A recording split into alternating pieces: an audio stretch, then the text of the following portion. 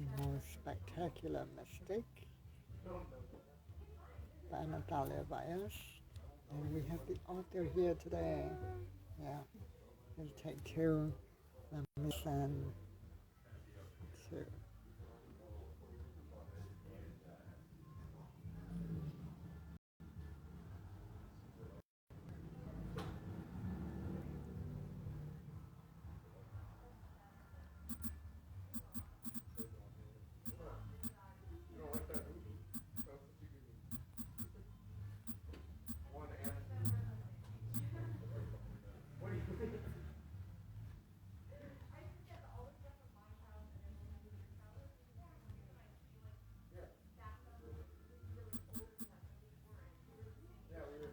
All right. So let's finish the conversation. We were, oh yeah, we were just talking about the Manic Pixie Dream Girl, and you were just explaining that. So yeah, what is there? And then this is in the context of your poems, right? Like, don't raise him; he's not your son, etc. So yeah, it's one of the sexist tropes from films, like uh, Yes Man with Jim Carrey. For this or something, right? So yeah, what is a Manic Pixie Dream Girl? Yeah, so from my understanding, it comes from this idea of the media and this idea of the media and film seeing through the male gaze and seeing the male protagonist sort of seeing it from his perspective um, versus the woman's perspective of what happens in a relationship or in a romance, and using the woman as this girl that is the image of his fantasy of whatever he wants to create in.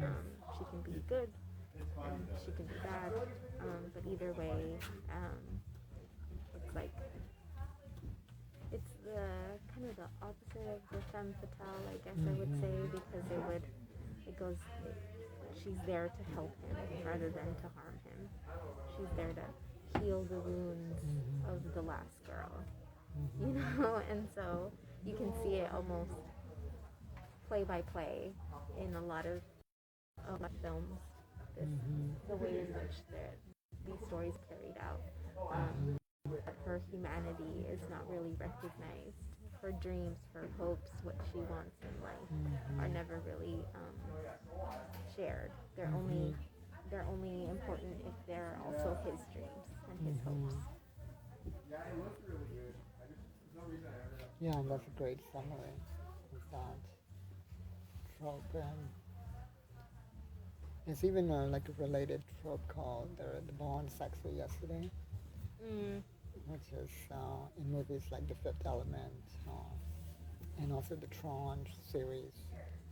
Basically, it's always this character who's either a robot or an alien, so they use that science fiction trope to do it, and it's somebody who has the mind of a child, but in the body of a sexualized adult woman. Again, meant for the male gaze, so it's like the perfect male fantasy of like where they can manipulate and control as much as they want and still have all uh, the pleasure they want. They don't have to take responsibility. So yeah. So how does Manic Pixie Dream Girl relate to those poems that you read? Um, yeah, so I think I heard somewhere a while ago something saying like, stop raising him, he's not your son, and sort of this kind of caretaking responsibility. I think it particularly, I'm speaking to like heteronormative relationships with like cis men, cis women. I know that it's very nuanced too, but I think there's something about men wanting to be sort of coddled and cared for and supported no matter what, and I think that that's seen as something like noble to do as a woman, Mm-hmm. to coddle and conform and all of these things, and it's rewarded in society, Mm-hmm. you know. And I just really don't agree with that, and Yeah. um, the personal is political, right? So when we were talking about these relationship dynamics, how I respect myself and the ways in which I stand up for myself in a relationship with a friend, with a coworker, any way, it creates ripple effects about how I see myself in society, how I um, it just has a lot of implications, I think, in society and the roles that Mm-hmm. the caretaker is supposed to like do all these things, and when it's so in your face, where it's just like, oh, this person sees me, but they don't see me, Mm-hmm. and we romanticize that, Mm-hmm. and and I think I've fallen for that before, and I realized like, whoa, I'm not. What about what I want? What about my needs? And so that's where that flip is, where like I take my power back, and then it's like, oh, you're sending mixed signals. It's just like, no, it's just like you took advantage of the Yeah. situation, Yeah. and I don't feel comfortable with that dynamic anymore. Mm-hmm.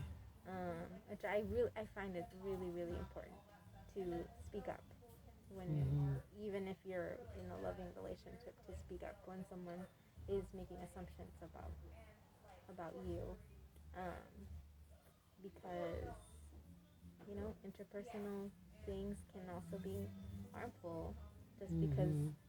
someone says they love you also doesn't mean that they can't harm you, and they can't do something either, um, Mm-hmm. on purpose or on accident. Yeah, I want to, pause and highlight that uh, point. Uh, just because someone loves you doesn't mean they can't harm you. Um, because, and also for those who just joined, we're finishing the conversation earlier about the Manic Pixie Dream Girl in the context of her poem, Don't Raise Him, He's Not Your Son. But it even, what you just said just now, it even ties back to the good, evil, false binary, which we talked about offline, where there's no such thing as a good person and there's no such thing as a bad person. There are only people who do good things and people who do harmful things. And that each person on earth, everyone is capable of doing harm. Everyone is capable of being flawed, of making mistakes. And yeah, and when we don't recognize that, we might throw ourselves at somebody who is abusive just because they're being loving in some moments. And we generalize that moments of love into and idealize that also into like, oh, this is a good person, and you know, I don't want to lose this good person. When in reality, he's not a good person. He's not a bad person either. He just is a person who has done you harm and should take responsibility for that. And then of course, if there's a pattern though, right? If there's a pattern of harm and abuse, that's when we get into the conversation of like, uh, you know, maybe you should leave if you can. And even that is a hard conversation because people in abusive situations, it's not always easy for them to just leave, you know, especially if finances are involved, where it's not just physical abuse but financial abuse where they control the finances. Yeah. Yeah, Yeah. Yep. yeah. Like even Britney Spears is a good example with the way her father controlled her entire life by becoming a conservator. And a lot Yeah. of people applauded that too. Mhm. They're just like, good. Mhm. She's being bad, being a bad girl. I'm just like, what? What? Yeah. Somebody that was abusive to Mhm. her and has this record of taking advantage of situations. Mhm. You're gonna put her under his care. Right. It just felt very. Yeah. And it took her like almost 15 years to get out of that abusive situation. And she's a blonde, blue-eyed white woman. Like, imagine how much worse it would be for black and brown women to get out of situations like that. I mean, that's Yeah, why it's important to call yeah, those things out yeah, before they mm-hmm. become, they Yeah, don't have to become a level of abuse where you have, like where you have to leave these situations. I think yeah, that's important to say. Like, it's important to get to know people and mm-hmm. to look out for those Mm-hmm. signs and to Mm-hmm. have a way out and to Mm-hmm. know your agency and to know Mm-hmm. you matter, to Exactly. know that you are loved and you are and that Vallez talks about, like Mm-hmm. it's not abuse. Like, love is not abuse. Love is not abuse. I actually put that in one of my top five quotes after she passed away. Yeah, Yeah, because it's rest in power. for a lot of that book Mm-hmm. changed a lot of people's lives Mm. because it was All naming about something love, that right? Yeah. Mm-hmm. it did something that changed. I know affected me in Mm-hmm. that situation that I was going through Yeah. at the time, and it gave language to a lot of those feelings that I was experiencing, feeling like I was going through them alone, when really it's actually symptomatic of the system, Mm-hmm. right? Like, you recreate the hierarchies and power dynamics that you see in the world in Mm-hmm. your own family, Mm-hmm. in your own relationships Mm-hmm. to yourself, Mm-hmm. right? So decolonizing is not just decolonizing your your your book list. It's also like decolonizing the way in which you function in your relationship with friends and loved Mm-hmm. ones and stuff like that. And that's hard. Mm-hmm. And that's really hard. Yeah, definitely. Love is not abuse here. You're right. That's so true. Yeah. Um, that's a good segue into the poem, and then we can end the live since we have to go. Um, Beauty is in the eye of the beloved, which is about reclaiming that self love and self confidence. And I love the poem because you took such a communal approach when you did that in the poem. Because oftentimes self esteem is uh, reclaiming self esteem is done from a very individualistic, way of doing it, which itself is not always healthy. But I like the way you wrote this poem. Beauty is in the eye of the beloved. Beauty is in the eye of my beloved. The Spanish coming out of the corners of my mouth are my parents speaking in to say good morning. The pelos on my arms and brows are my grandma protecting me from harsh sun rays. The twinkle in my brown eyes is my grandfather's smile. The brown skin you cringe at is my connection to the cosmos. And for every revolution around the sun, I can't help but grow, unapologetically. And that's the piece.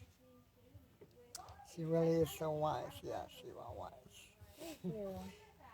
Yeah, and yeah, I love that how you're reclaiming the self love, not just for yourself, but for like your entire lineage. Mm-hmm. Because it wasn't just you that was like gaslit into not loving yourself, it was like that entire generation, entire lineage.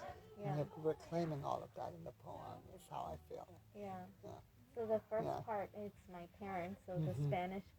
The Spanish coming out of the edges of my mouth Mm-hmm.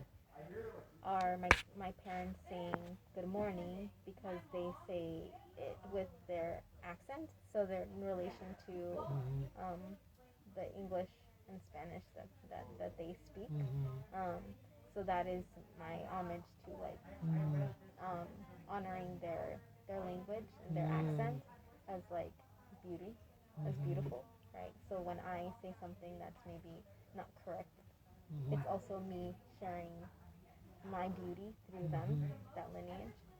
Um, my grandmother and the way in which she protects and supports us um, is also like this identity of this feeling of, like, of hair Mm-hmm. and you know manicuring like your hair, like what the politics are around like hair and stuff like that. Is that, and then my grandfather and his gentle spirit that I always feel that's like always there protecting me. So in this way, I imagine me getting older, being carried through this life journey, but I'm never alone. Yeah. And so when I grow, they grow with me, and that connection is just like, well, if I love them and I want to see them keep growing, and I'm okay with getting older and I'm okay with this process, how can I not love them and be unapologetic about that? Yeah. So it's not really about just myself, it's how I carry them with me. Yeah, exactly. Reclaiming that, right?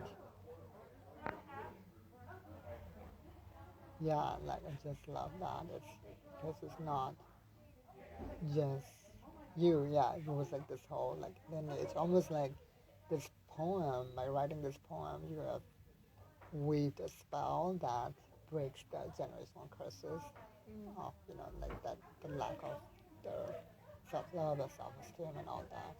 Yeah. Yeah, yeah. That's why I see poems and stories as literal like spells. You know. Yeah. Yes. You said that was so profound. Exactly, it's so profound, isn't it? This is why this book is the pick of the month. Thank you. Yeah. Thank you. So, yeah, I think I will wrap it up at that point. That's a good place to leave it at the high note. Thank you, everyone, for actually being here and participating. I really appreciate you, and especially you for the comments and everything. Thank you for being here, Anatalia. Thank you. All right, bye.